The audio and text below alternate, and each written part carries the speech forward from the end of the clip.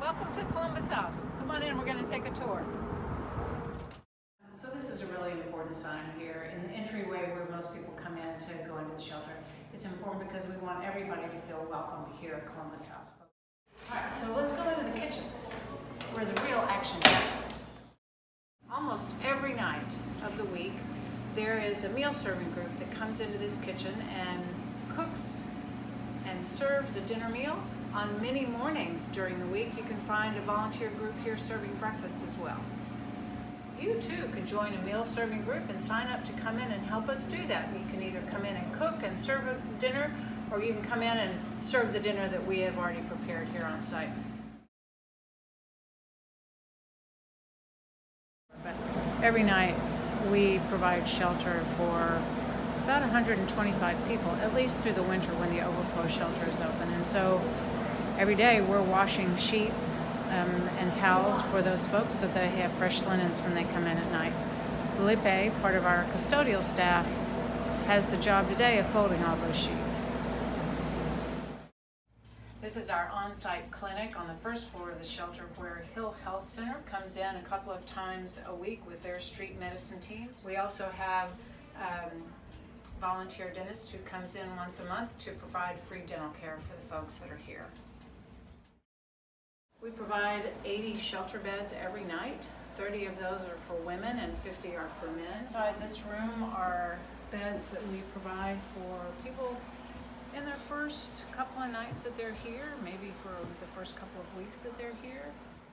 And then when we recognize that people may need to stay a little bit longer in order to finally be able to move into housing, we offer them a little more, I don't want to say permanent, but certainly a space that's a little different. Come on across the hall and I'll show you what that looks like.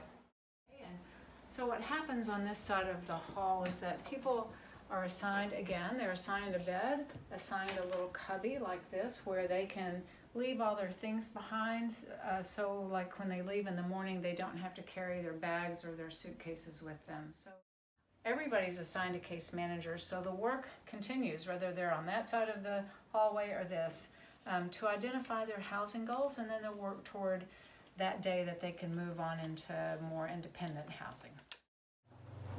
I don't usually give a tour of the bathroom, but we're really proud of this because we've totally renovated this in the last year.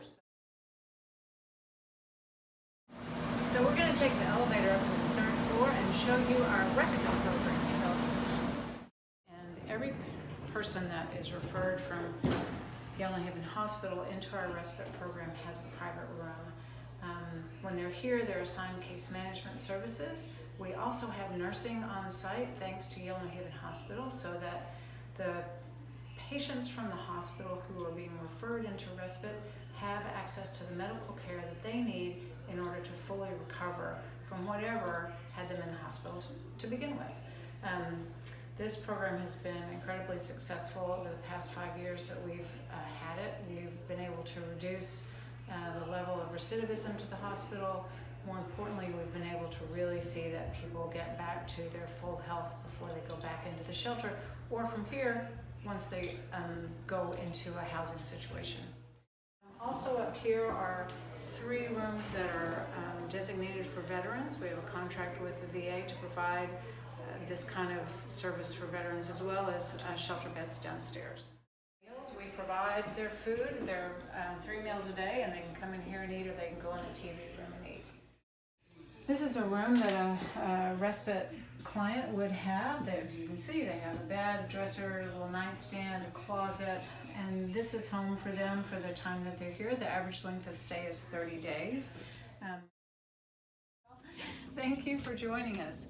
I'm standing in front of our mission statement, which is the same today in 2019 as it was when we opened our doors in 1982. We are incredibly committed to providing shelter and housing for people that are homeless or at risk of becoming homeless. It's an important mission, and we are grateful to you for your support in our work to help end homelessness.